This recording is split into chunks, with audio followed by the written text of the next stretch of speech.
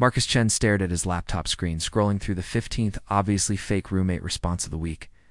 Looking for female roommate only, must be 18 to 22. Send photos first. Definitely not what he needed when he had exactly 12. Days to find someone before his parents cut off his apartment funding.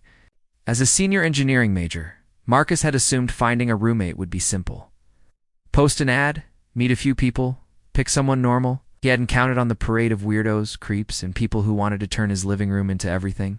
From an art studio to a cryptocurrency mining operation, notification sound made him look up from his thermodynamics homework. Another response, probably another disappointment. But this one was different, concise, professional, almost formal in its structure. Hello, Marcus. I am interested in the room rental. I am a graduate student studying behavioral patterns and require a quiet space for my research. I maintain clean habits, respect personal boundaries, and can provide first month's rent plus deposit immediately. Available to meet at your convenience. Nix Caldrus Marcus, read it twice. No requests about parties, no questions about bringing pets or significant others, no bizarre demands. Just straightforward and polite. The name was unusual, but he'd learned not to judge people by their names at his diverse university. They arranged to meet at the campus coffee shop the next afternoon. Marcus arrived early, nervous energy making him order his third espresso of the day. When someone tapped his shoulder exactly at the scheduled time, he turned to find possibly the most striking person he'd ever seen. Nix stood about 6 feet tall with an androgynous build, pale skin that seemed to have never seen sunlight, the most unusual eyes Marcus had ever encountered, a pale gray that seemed to shift between blue and silver depending on the light. Their dark hair was cut in a precise, almost geometric style, and they wore simple black clothing that looked expensive despite its minimalist design. You must be Marcus, Nix said, extending a hand. Their grip was firm but oddly cool, and their voice carried a slight accent Marcus couldn't identify. Something European, maybe Scandinavian. Yeah, that's me. Thanks for meeting on such short notice. Marcus gestured to the empty chair across from him. Can I get you something to drink? Nix sat with perfect posture, hands folded precisely on the table. Thank you, but I do not consume caffeine. It interferes with my sleep patterns. They talked for exactly 30 minutes. Nix answered every question with methodical precision. They were studying human behavioral psychology, preferred quiet environments, had no pets, no smoking, or drinking habits, and maintained what they called structured daily routines. They never interrupted, never fidgeted, and seemed to give each question careful consideration before responding. When Marcus mentioned his girlfriend Jasmine occasionally staying over, Nix simply nodded. Romantic pair bonding is a normal aspect of human social development. I would not interfere with such activities. Something about the clinical way they phrased it struck Marcus as odd, but he was desperate enough to overlook quirky word choices. The Dalsealer came when Nix pulled out an envelope containing exact change for the first month's rent and security deposit, all in crisp. Sequential bills that looked like they'd come straight from the bank. I can move in immediately if the arrangement is acceptable, Nix said, standing with the same fluid precision they'd demonstrated throughout the meeting. Marcus found himself nodding before his brain fully processed the decision. Nix was polite, clean, financially reliable, and quiet everything he'd listed as requirements. If they were a little formal in their speech patterns, well, maybe English wasn't their first language. Welcome home, Marcus said, shaking their cool hand again. As he watched Nix walk away with that same measured gait, Marcus felt relief wash over him. Finally, a normal roommate who wouldn't complicate his life. He had no idea how wrong he was about the normal part, and he definitely couldn't have predicted just how complicated his life was about to become. The first red flag came when Nix moved in with a single black bag that seemed impossibly small for someone relocating their entire life. The first week living with Nix felt like having a ghost for a roommate. Marcus would leave for classes, return to find everything exactly as he'd left it, except somehow cleaner and more organized. His textbooks aligned themselves into perfect stacks. His scattered notes sorted by subject and date. Even his coffee mug, positioned at precise angles on his desk. Nix emerged from their room only during late evening hours. Moving through the apartment with an almost supernatural quietness, Marcus began staying up later, ostensibly studying, but really trying to observe his mysterious roommate's habits. What he discovered defied logic. Nix never seemed to use the bathroom. Marcus kept track for 3 days straight, monitoring the sound of running water, checking the toilet paper roll, even examining the towels. Nothing. When he casually mentioned the apartment's plumbing, Nix simply nodded and said they had efficient personal maintenance routines. The temperature thing was even weirder. Their apartment's ancient heating system had always been unreliable, swinging between Arctic and tropical, depending on the weather. But since Nix moved in, every room maintained a perfect 72 degrees. Marcus checked the thermostat repeatedly. It was set to the same position it had always been, yet the temperature never fluctuated. "How are you doing that?" Marcus asked one evening, finding Nix standing motionless in the living room, apparently staring at the wall. "Doing what?" Nix turned those pale eyes toward him with genuine confusion. "The temperature control. This place has never been this comfortable." Nix tilted their head in that bird-like gesture Marcus was beginning to recognize. Perhaps the system needed time to calibrate properly. Old buildings often require adjustment periods. But it was the electronics that really got Marcus's attention. His laptop, which had been dying a slow death all semester, suddenly started running like new. The Wi-Fi signal, previously weak in his bedroom, now provided full bars throughout the apartment. His phone battery, which used to drain within hours, began lasting entire days. One morning, Marcus discovered his completely broken desktop computer, humming quietly on his desk, running perfectly, despite having been dead for months. When he asked Nix about it, they claimed to have minor technical skills from their studies. "You fixed a computer that wouldn't even turn on? Simple electrical issue?" Nix replied. "I have experience with electronic systems." Marcus pulled out his phone to call Jasmine, telling her about his mysterious roommate's apparent technical wizardry. But as he dialed, he noticed something that made his blood chill.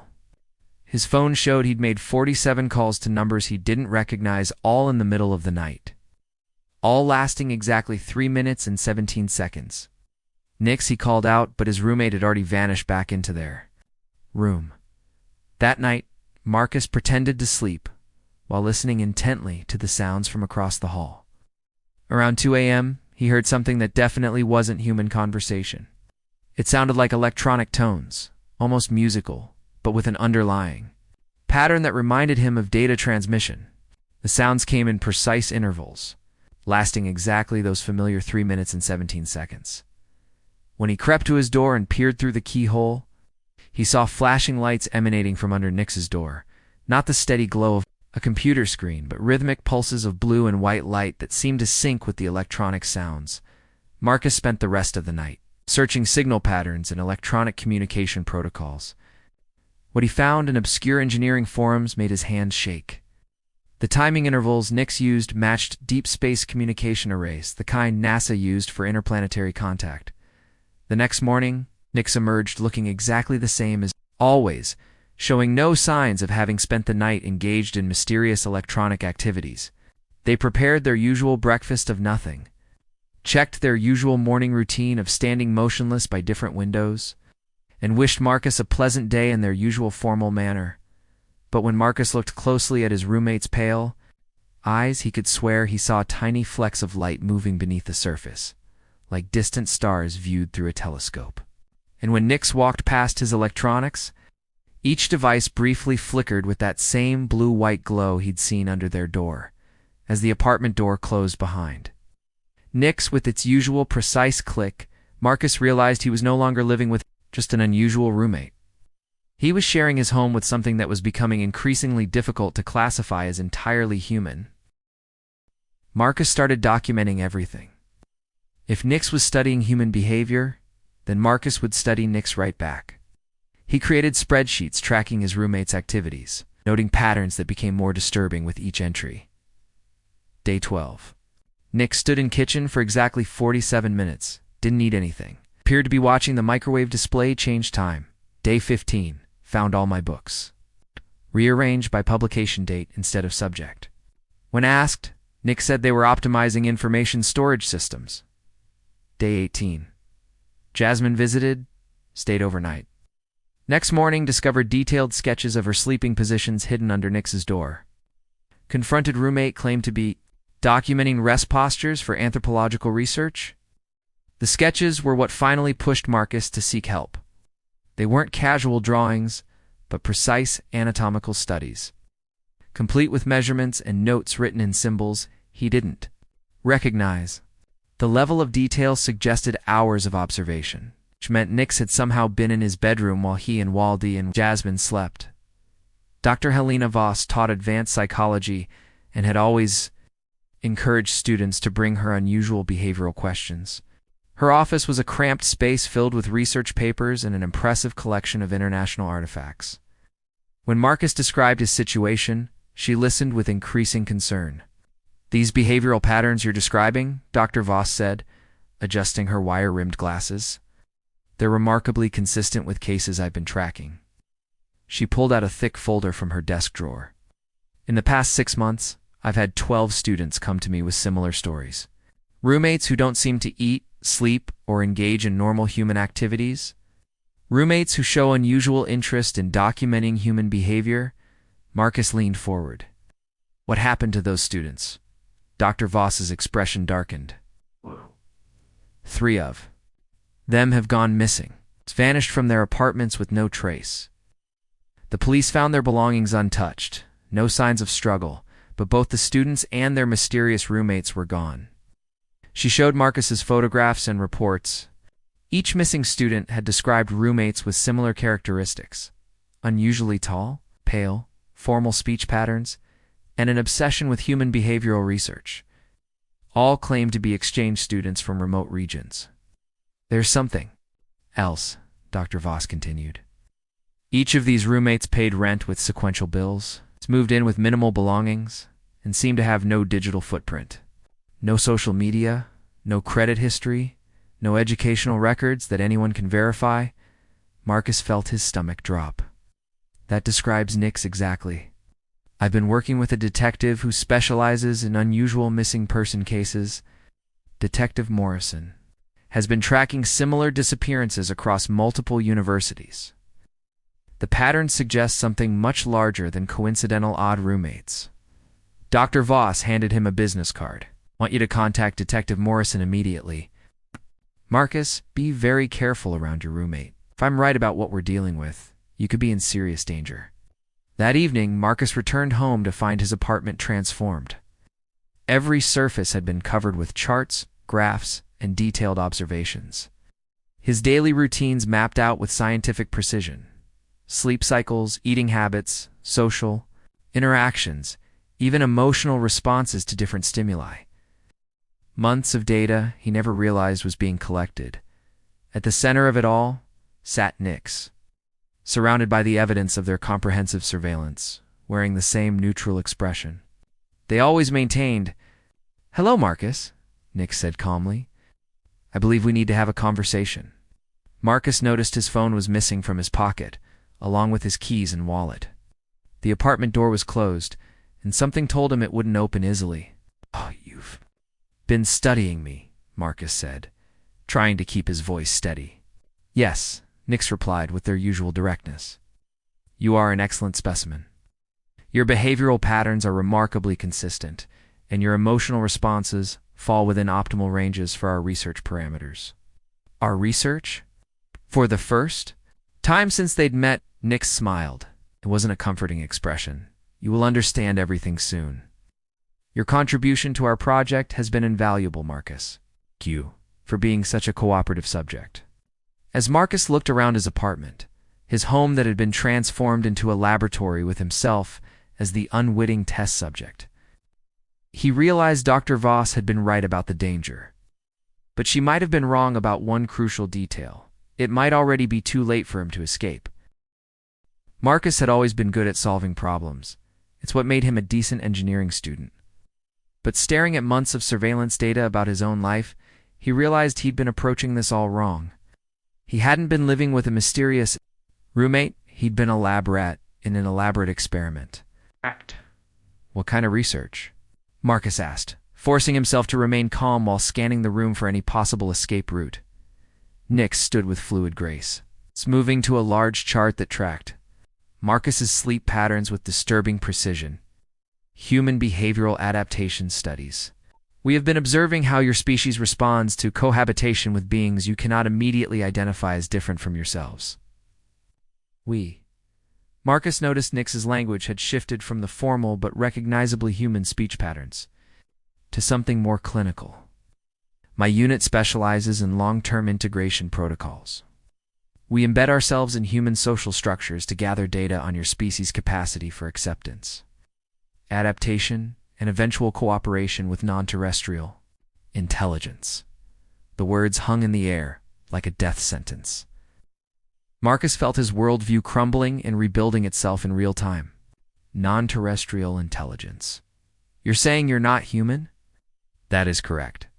Nix tilted their head with that familiar bird-like gesture, but now it seemed less quirky and more alien.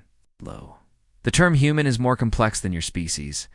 Typically understands we share significant biological similarities with your people.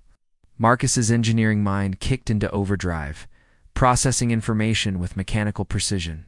The temperature control, the electronics, the communication. Signals I heard you're some kind of advanced scout. Reconnaissance advanced team, Nix corrected. I am one of 47 operatives currently embedded in educational institutions across this region. Our mission is to identify optimal human subjects for the next phase of contact. The casual way Nix discussed infiltrating humanity made Marcus's skin crawl. And I'm an optimal subject. You demonstrate excellent adaptability, minimal aggressive tendencies, strong problem-solving capabilities, and most importantly, you accepted my presence without significant suspicion until recently. These traits indicate you would adapt well. 2 expanded contact scenarios. A loud knock interrupted their conversation. Marcus heard a familiar voice calling his name, Detective Morrison, the investigator Dr. Voss had mentioned. Nix moved toward the window with inhuman speed. This conversation will continue later, Marcus. Please understand that your cooperation in the coming phase is not optional. Wait, Marcus called out. What happened to the other students? The ones who went missing? Nix paused at the window. They were transitioned to off-world research facilities. They're alive and contributing valuable data to our understanding of human adaptation to non-terrestrial environments. You kidnapped them. We relocated them to better serve the needs of both species. They are helping us prepare for broader contact initiatives. The knocking grew more insistent. Marcus heard Detective Morrison shouting about having a warrant. Your friend Dr. Voss has been particularly persistent in tracking our operations, Nix said, beginning to open the window despite being on the 3rd floor. Her interference has accelerated our timeline considerably. Timeline? For what? Nix looked back at Marcus with those pale eyes that he now realized held flecks of light because they weren't entirely biological. First contact protocols enter. Phase 2 tomorrow. Large-scale introduction of our species to selected human populations. You will play a significant role in demonstrating successful integration. With impossible agility, Nix stepped onto the window ledge. I will return for you shortly, Marcus. Please do not make this transition more difficult than necessary.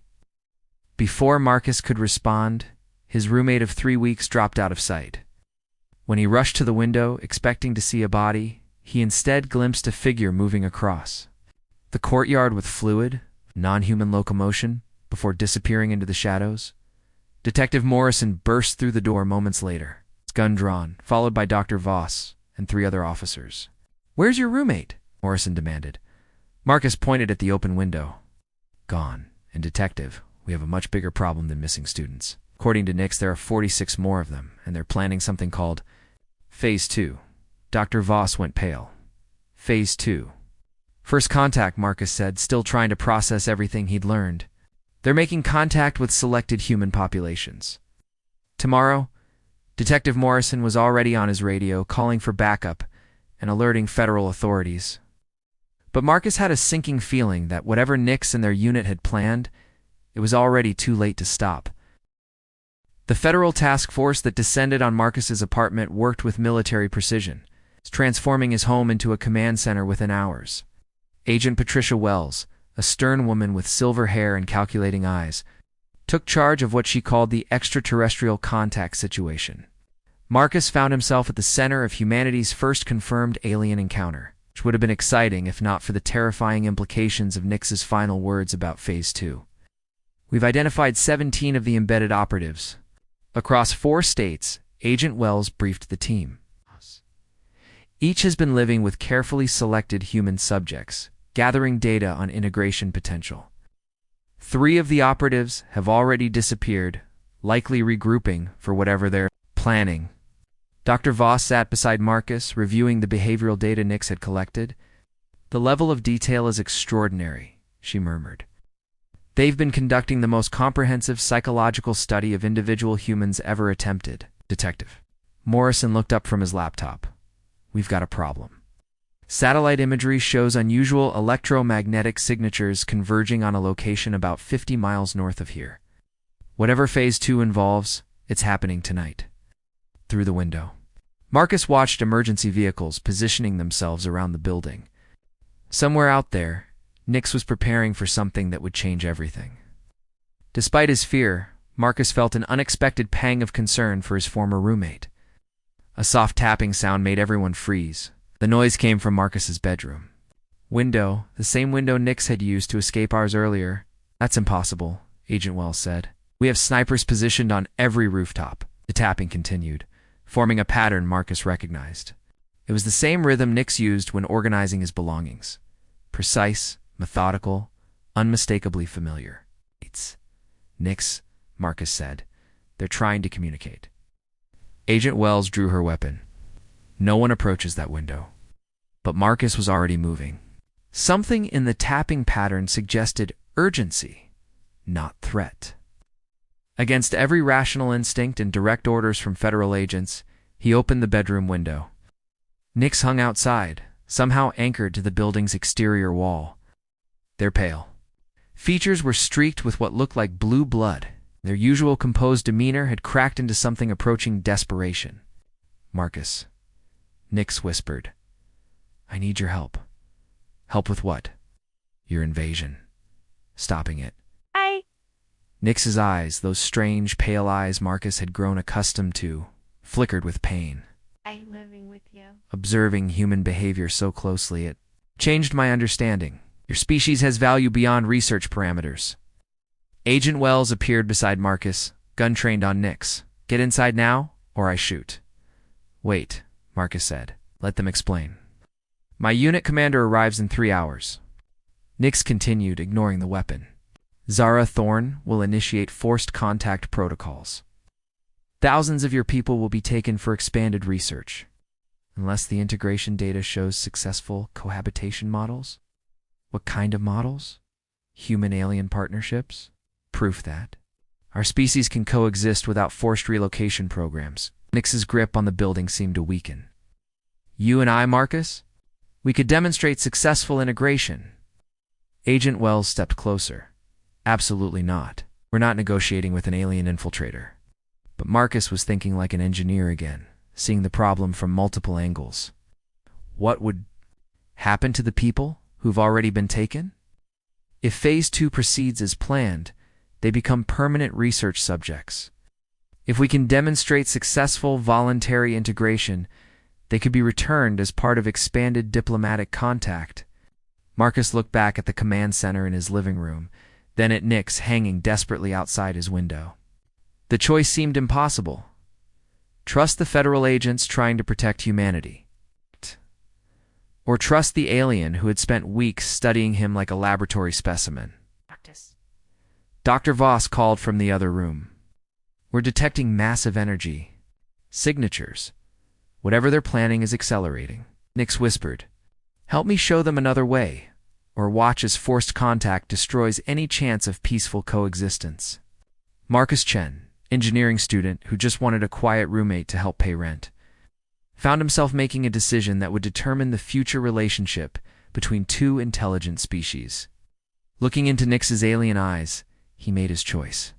Agent Wells, Marcus called out, never breaking eye contact with Nix. I'm going with him.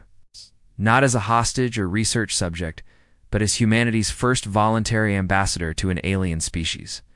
As federal agents shouted protests and Dr. Voss called his name, Marcus climbed out his third-floor window and placed his trust in the being who had been studying him all along, but who had learned in the process to care about what they were studying. Whatever came next would be built on the foundation of the most unusual roommate relationship in human history. And Marcus had to believe that was a better starting point than fear, force, and mutual destruction. The perfect roommate, it turned out, might just be perfect for reasons no one could have imagined.